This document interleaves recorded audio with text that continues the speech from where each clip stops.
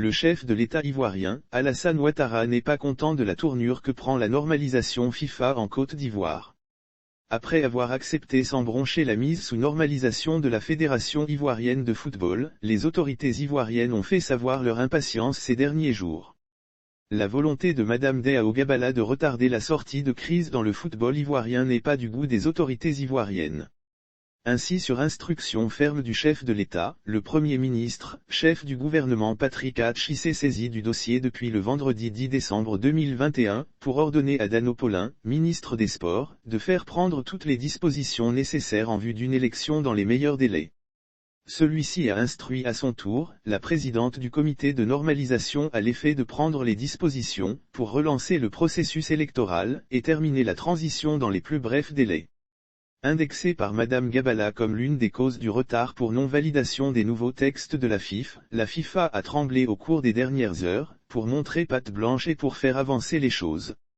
C'est ainsi que depuis Doha où elle se trouvait, Madame Fatouma Samoura, la secrétaire générale de la FIFA, a validé la dernière mouture des nouveaux textes de la FIFA. Ayant bénéficié à ce jour de la coopération des autorités ivoiriennes, la FIFA a compris qu'une colère d'Abidjan et une crise avec le gouvernement ivoirien ne sont pas à son avantage. Elle est donc favorable à des dispositions pour assurer une fin rapide et heureuse de la transition, alors que Dame Gabala ruse et tente toujours d'obtenir une prolongation de 6 mois, au mépris de la volonté des acteurs du football ivoirien. À cet effet, elle a été invitée à adresser une demande motivée de prorogation de délai, avec un chronogramme très précis, et un argumentaire qui justifie un tel report. Connexion ivoirienne suit toujours le dossier, car pendant ce temps, le ministre Dano Paulin est dans l'opacité totale au sujet de la gestion des 4,7 milliards FCFA du budget prévu pour la CAN 2022 au Cameroun, au profit de la participation des éléphants. Le chapitre « Action du président de la FIFA » a été porté à 300 millions FCFA, au lieu de 250 millions FCFA précédemment.